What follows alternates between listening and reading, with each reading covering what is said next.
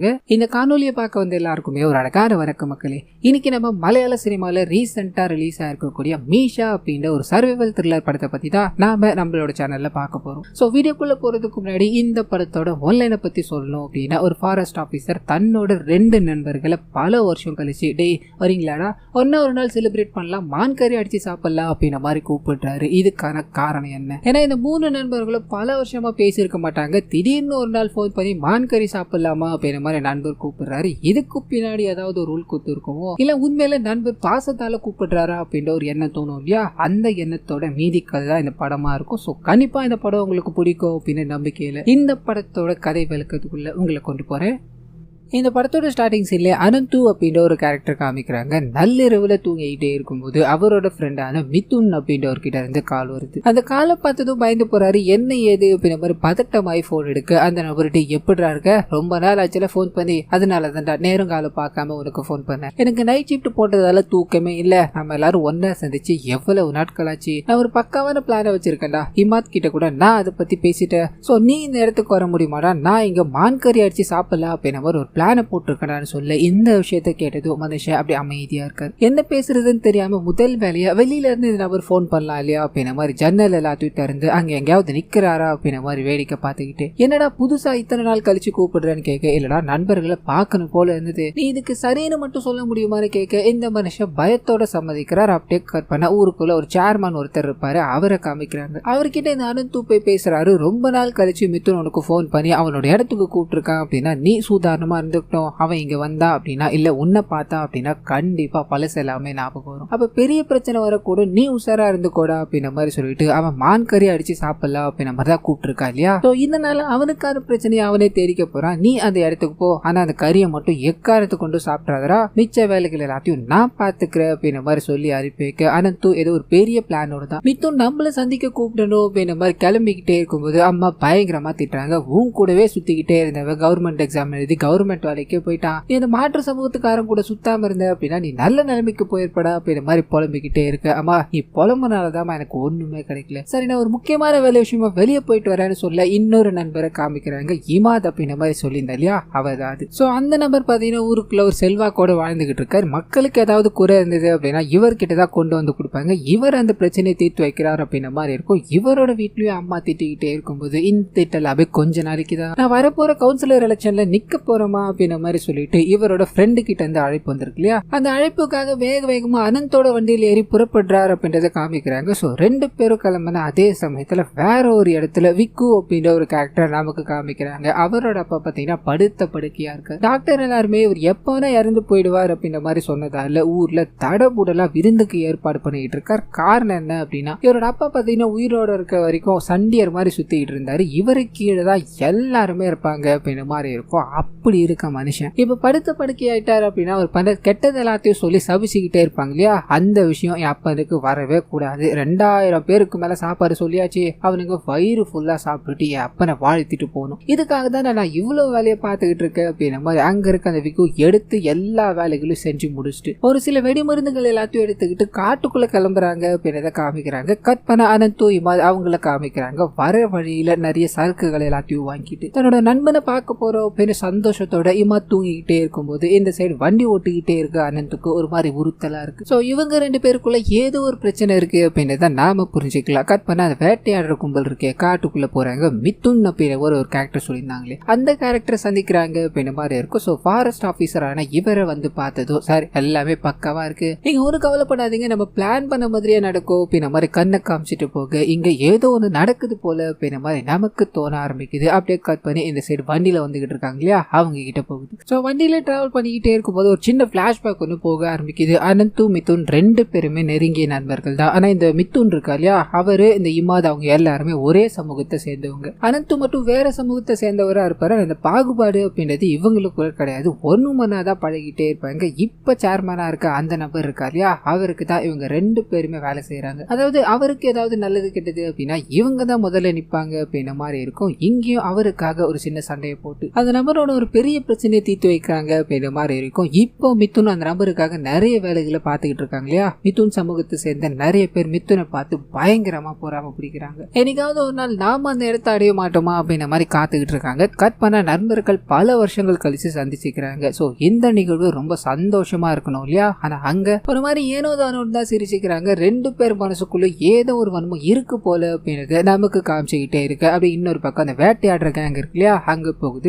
வண்டி எடுத்துக்கிட்டு காட்டுக்குள்ள போய்கிட்டே இருக்காங்க. அப்படி போய்கிட்டே இருக்கும்போது வேட்டையாடுறதுக்கு தலைவனா விக்கு இருக்கா இல்லையா, அவரை பத்தின ஒரு சில விஷயங்கள் நமக்கு தெரிய ஆரம்பிக்குது. அந்த ஆள் பாத்தீங்கன்னா பயங்கர சைக்கோவான ஆளு. அவனு நினைச்சிட்டார், அதாவது ஒன்னு சொல்லிட்டாரு அப்படின்னா அது உண்மை, அதுதான் உண்மை அப்படின்ற மாதிரி நின்றுகிட்டே இருப்பாரு. எதிர்த்து யாராவது பேசினாங்க அப்படின்னா கண்ணை காட்டி மிரட்டக்கூடிய ஆள். இதனால நீ அவங்கிட்ட பார்த்து இருந்துக்கோப்பா அப்படின்ற மாதிரி அங்க இருக்க வயசானவர் புதுசா வந்த டிரைவர் கிட்ட சொல்லும் போது அந்த மனுஷன் யோசிக்கிறாப்ல, பேசலாமா வேணாமா, இல்ல இவனுக்கு கூட அமைதியா இருந்துட்டு போயிடலாமா அப்படின்ற மாதிரி நின்றுகிட்டே இருக்கு. கட் பண்ணி ஹீரோ கேங் கிட்ட போகுது. அவங்க வண்டியில போய்கிட்டே இருக்கும்போது ஒரு சில இடங்கள்ல ரெஸ்ட் எடுக்கிறாங்க அப்படின்ற மாதிரி இருக்கும். அப்படி ரெஸ்ட் எடுக்கும்போது மறுபடியும் பிளாஷ்பேக் கண்டினியூ ஆக ஆரம்பிக்குது. இவங்களோட தலைவர் இருக்கா இல்லையா, இவங்க 3 பேரையுமே ஒன்னு கூப்பிட்டு ஒரு விஷயத்த சொல்ல ஆரம்பிக்கிறாரு. அது என்ன அப்படின்னா, இவங்க தங்கிட்டு இருக்காங்களே, அதாவது மித்துனும் இமாது தங்கிட்டு இருக்காங்களே, அந்த இடத்துக்கு புதுசா ஒரு ஜுவல்லரி ஷாப் வரப்போகுது அப்படின்ற மாதிரி இருக்கும். இதனால ஊர் மக்கள் எல்லாத்துக்கும் நிறைய சலுகைகளை தரும், நீங்க இந்த இடத்தை விட்டு வேற ஒரு இடத்துக்கு போக முடியுமா அப்படின்ற மாதிரி டிமாண்ட் பண்ணிருப்பாங்க.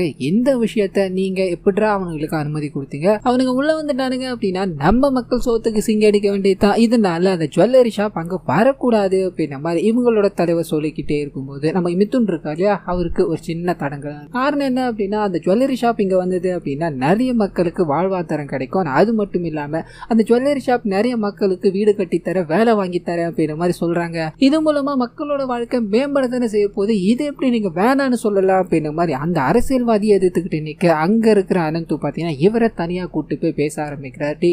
அவனுங்களுக்கு நம்ம காலை பிடிச்சிக்கிட்டே இருக்கணும் அப்படின்றதுதான் ஒரே ஆசை, இதனாலதான் உன்னையும் உன் மக்களையும் ஒன்னா வச்சிருக்காண்டா, நீங்க இந்த இடத்த விட்டு போயிட்டீங்க அப்படின்னா அவனுக்கு ஓட்டு கிடைக்காது இல்லையா, அதனாலதான் பயப்படுறான். சோ இதுக்கு மேல நாம அவனுக்கு கீழே இருந்தோம் அப்படின்னா நம்மள அடுக்கி ஒடுக்கி ஆண்டுகிட்டே தான் இருப்பான், இதுக்கு வேற ஒரு வழி பண்ணி ஆகும்டா, மக்கள் எல்லாருமே உன் பக்கம் தான் நினைக்கிறாங்க, அந்த மக்களுக்காக நீ களத்துல இறங்கி போராடுடா, வரத நாம பாத்துக்கலாம் அப்படின்ற மாதிரி சொல்ல இந்த விஷயத்தால மிதுன் ஒரு மாதிரி அறிவு திறந்த மாதிரி ஆயிட்டாரு. மக்களுக்காக நாம தான் உழைக்கணும் அப்படின்ற மாதிரி எல்லா மக்களையும் ஒண்ணு திரட்டி அந்த ஜுவல்லரி ஷாப் வந்தது அப்படின்னா நமக்கு எவ்வளவு நன்மை கிடைக்க போகுது, இதனால அந்த அரசியல்வாதிக்கு என்ன ஆதாயம் இருக்கு அப்படின்ற எல்லா விஷயத்தையும் பூட்டு வச்சு அந்த அரசியல்வாதி பக்கம் யாருமே போக வேண்டாம், நம்மளோட வாழ்க்கை மேம்பாட்டை பாத்துக்கலாம் அப்படின்ற மாதிரி அங்க இருக்க எல்லா மக்களையும் ஒண்ணு திரட்டுறாரு அப்படின்ற மாதிரி இருக்கும். சோ இதுக்கு நடுவுல அனந்து பாத்தீங்கன்னா இவங்களுக்கு உதவணும் அப்படின்ற மாதிரி நிறைய வேலைகளை பண்ணிக்கிட்டே இருந்தாலும் இவர் வேற ஒரு சமூகத்தை சேர்ந்தவர் தான், இதனால மிதுன் கூட இருக்க பசங்களால இவர் புறக்கணிக்கப்படுறாரு அப்படின்ற மாதிரி இருக்கும். இந்த விஷயங்கள் எல்லாமே ஒரு மைண்டுக்குள்ள ஓடிக்கிட்டே இருக்கு. அந்த சமயத்துலதான் சேர்மேன் இவரை வந்து சந்திக்கிறாரு. என்னதான் இருந்தாலும் ஜாதிக்காரனோட தான் போய் சேருவான், இவன் நண்பனுக்கு எவ்வளவு உதவிகள் பண்ணணும்னு நினைச்சாலும் கடைசியில நீ வேறொரு சமூகத்தை சேர்ந்தவன் அப்படின்ற ஒரு பழியோட தான் வரப்போற,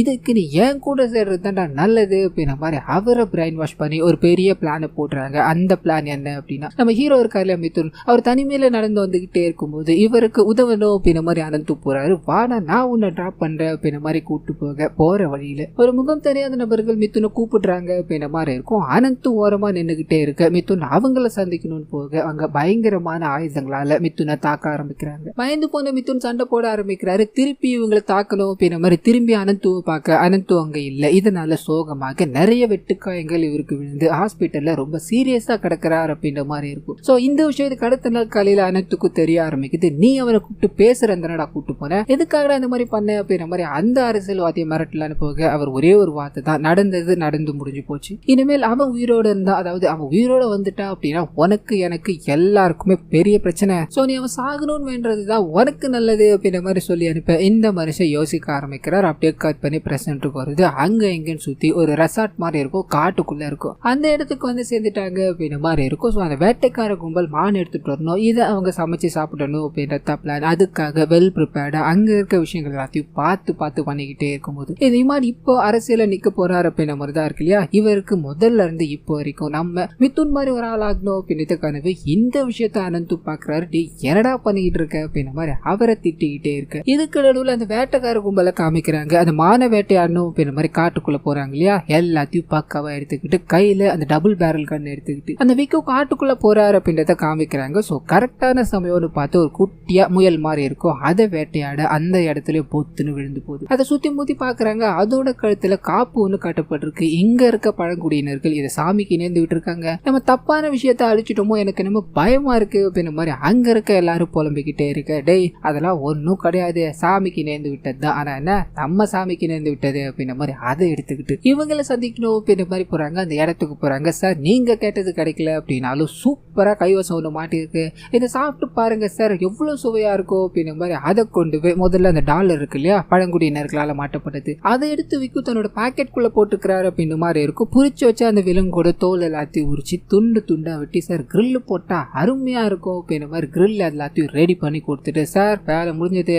நாங்க இங்க இருந்து கிளம்பிக்கலாமா அப்படின்ற மாதிரி சொல்ல அங்க இருக்க மிதுன தம்பி எல்லாமே முடிஞ்சது இங்க இருந்து நீங்க ஸ்ட்ரைட்டா வீட்டுக்கு தான் போகணும் அப்படின்ற மாதிரி அனுப்பி வைக்க இவனுங்க சிரிச்சுக்கிட்டே சார் இதுக்கும் மேலதான் நம்ம ஆட்டமே இருக்கு அப்படின்ற மாதிரி வண்டி எடுத்துக்கிட்டு கிளம்ப கட் பண்ணி இவங்களை காமிக்கிறாங்க. இப்போ கிரில் எல்லாமே ரெடி ஆயிடுச்சு. அது கூடவே 3 பேரும் ஏதோ ஒரு விஷயத்த தனக்குள்ள மறைச்சு வச்சுக்கிட்டே தான் இருக்காங்க. முழுமையா பேசல அப்படின்ற மாதிரி இருக்கு இல்லையா அந்த ஒவ்வொரு விஷயங்களும் வெளியே வர ஆரம்பிக்குது. முதல் விஷயம் மிதுன் கிட்ட இருந்து அங்க பயங்கரமான வெட்டுக்காயங்களோட இந்த மனுஷன் ஹாஸ்பிட்டல்ல அனுமதிக்கப்பட்டார் அப்படின்ற மாதிரி இருக்கும். இவரோட தலைவரோட இன்னொரு பெரிய ஆள் இருப்பா இல்லையா அந்த மனுஷன் வந்து இவரை சந்திக்கிறார். தம்பி நீ பிரச்சனை கொடுத்துக்கிட்டே இருக்க, அதனாலதான் இந்த மாதிரி ஒரு நிலைமைக்கு தள்ளப்பட்டுட்டே, உனக்கு என்ன வேணும்னு சொல்லி இந்த எல்லாத்துல இருந்தும் நாங்க உன்னை வந்து ரிலீஸ் பண்றோம். அது மட்டும் இல்லாம ஜுவல்லரிக்காரன் கூட சேர்ந்துக்கிட்டு நீ மக்களுக்கு நல்லது பண்ணணும்னு நினைச்ச இல்லையா அது எல்லாத்தையுமே நாங்க எங்களோட கைவசப்படுத்திட்டோம். இப்ப எங்க மூலமா மக்களுக்கு உதவி நடக்க போகுது, ஜுவல்லரி ஷாப் அங்க வரப்போகுது அப்படின்ற மாதிரி ஆயிடுச்சு. நீ உள்ளுக்கு வந்து குளறுபடி பண்ணாம இருந்தா போதுன்னு சொல்ல இந்த மனுஷன் யோசிக்கிறாப்ல. சரி என்னோட மக்களுக்கு நல்லது நடந்துருச்சு, என்னோட அப்பாவுக்கு நான் நினைச்ச மாதிரி நடக்கட்டும் அப்படின்ற மாதிரி இவரோட அப்பாக்கு இவர் ஒரு கவர்மெண்ட் வேலைக்கு போகணும் அப்படின்றது ஆசை. இதனால எனக்கு ஒரு கவர்மெண்ட் வேலை வேணும்னு சொல்ல இவர் பிரச்சனை கொடுக்க கூடாது அப்படின்றதுக்காக ஆளாட மட்டுமே இல்லாத ஒரு ஃபாரஸ்ட்ல போஸ்டிங் போட்டு அனுப்பிட்டாங்க அப்படின்ற மாதிரி இருக்கும். ஸோ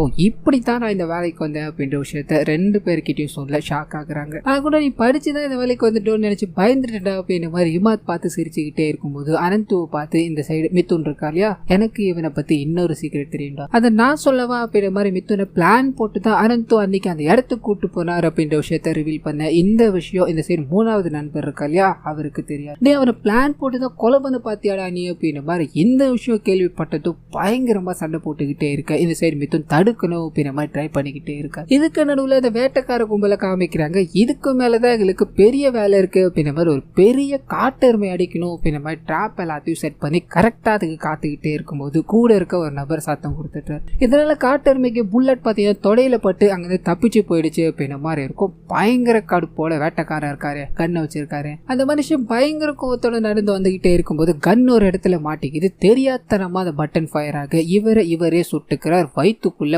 பயங்கரமான ஒரு காயம், ரத்தம் பிச்சுக்கிட்டு அடிக்க ஆரம்பிக்குது. அலண்டு போய் கத்திக்கிட்டே இருக்கார். இன்னொரு பக்கம் சண்டை போட்டுக்கிட்டே இருந்தவங்களை பிரிச்சு விட்டுட்டு நான் சொல்றதை கேளுடா அப்படின்ற மாதிரி மிதுன் பாத்தீங்கன்னா ஒரு சில விஷயங்களை பகிர்ந்துக்க ஆரம்பிக்கிறார். அது என்ன அப்படின்னா இவன் மேல எனக்கு ஒரு 1.5 வருஷமா கோவம் இருந்ததுடா. அந்த கோவத்தோட நான் ஊருக்கு வந்திருந்தேன் அப்படின்னா கண்டிப்பா நான் கொலை பண்ணிருப்பேன். ஆனா அந்த கோவம் தெரிஞ்சதுக்கான காரணம் என்னன்னு தெரியுமா? என் கூட இருக்கவங்க எல்லாருமே இவனை இக்னோர் பண்ண ஆரம்பிச்சிட்டாங்க.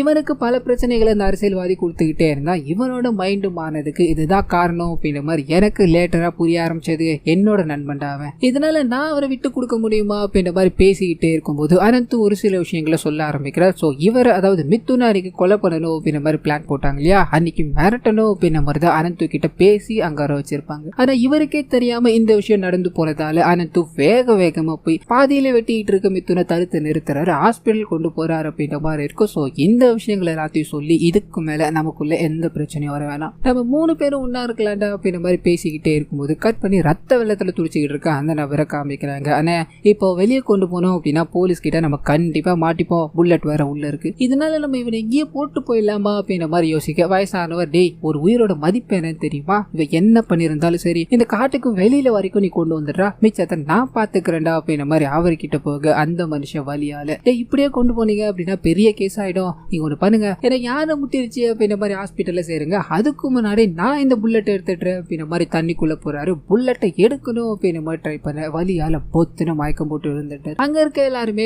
புல்லட் எடுத்துட்டு ஹாஸ்பிட்டல்ல தூக்குங்கடா அப்படின்ற மாதிரி வேகமா ஹாஸ்பிட்டல் கொண்டு போய்கிட்டே இருக்க இன்னொரு பக்கம் காமிக்கிறாங்க. சோ இவங்க 3 பேரும் இப்போ ஒரு மாதிரி ஒன்று சேர்ந்துட்டாங்க. அந்த சமயம்னு பார்த்து அரசியல்வாதி போன் அடிக்கிறார், என்னப்பா மான் கறியா சாப்பிட்டாச்சா? இந்த சமயம்னு பார்த்து நான் ஆளுங்களை இறக்கவா அப்படின்ற மாதிரி அனந்து கிட்ட போன் பண்ண அனந்து இப்போ ரியலைஸ் பண்ணிட்டாரு, இதனால நண்பனை நான் போட்டு கொடுக்க மாட்டேன், உன்னால முடிஞ்சதை பண்ணிக்கோடா அப்படின்ற மாதிரி போனை கட் பண்ணிட்டு வெளியே வராரு. டே நீ ஊரை விட்டு போனதுக்கு அப்புறம் மக்களுக்கு நல்லது நடக்கும் சினிமால நடந்துருச்சு அப்படின்ற மாதிரி திங்க் பண்ணிட்டு இருந்தேன் இல்லையா, அது எதுவுமே நடக்க கிடையாதுடா. ஊர் மக்களுக்கு வீடு தரேன்னு சொன்னாங்க, அதுவும் தரல. நகைக்கடை வரப்போகுதுன்னாங்க, அதுவும் வரல. எல்லாத்தையுமே இந்த அரசியல்வாதிகள் ஏமாத்திக்கிட்டு இருக்காங்கடான்னு சொல்ல நம்ம ஹீரோ பயங்கர கடுப்பாக்குறாரு. என்ன காரணத்துக்காக நான் ஊர்ல இருந்து வந்தனும், அது இன்னும் நடக்கல அப்படின்றது கேவலமா இருக்கு. நம்ம 2 பேரும், அதாவது நம்ம 3 பேரும் சேர்ந்து போராடுவோம்டா, அதுக்கு நான் வந்து தாண்டா ஆகணும் அப்படின்ற மாதிரி ஊருக்கு போகலாம் அப்படின்ற முடிவு எடுக்கும் போது அந்த சமயத்துல தான் மான்கறி விஷயம் அனந்துக்கு ஞாபகம் வரும். ஸோ அந்த அரசியல்வாதி இவங்களை போட்டு கொடுக்க பிளான் போட்டுட்டா அப்படின்ற விஷயம் தெரிஞ்சிச்சு இல்லையா. இப்போ இந்த கறி இருந்தது அப்படின்னா பயங்கர பிரச்சனை ஆயிடும். இதனால